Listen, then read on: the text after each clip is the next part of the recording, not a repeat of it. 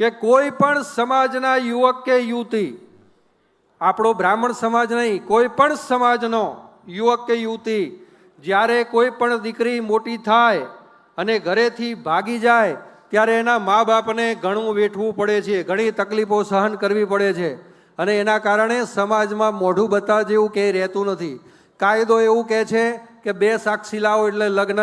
થઈ જાય, પણ લગ્ન માટે સનાતન ધર્મ પ્રમાણે, વૈદિક સંસ્કૃતિ પ્રમાણે જ્યારે કોર્ટ સર્ટી લેવા જાઓ ત્યારે હિન્દુ શાસ્ત્રોક્ત વિધિ પ્રમાણે તમે એ મેરેજ કર્યા છે કે કેમ એના સર્ટી રજૂ કરવા પડે છે, બ્રાહ્મણની સહી જોવે છે. અને આજે એક મહત્વનો દરેક સમાજ માટે આપણે ઠરાવ કરીએ કે કોઈ પણ ભાગેલી દીકરી હોય અને ભાગેલું જોડું હોય એના કોઈ પણ બ્રાહ્મણોએ ક્યારે લગ્ન કરાવવા નહીં.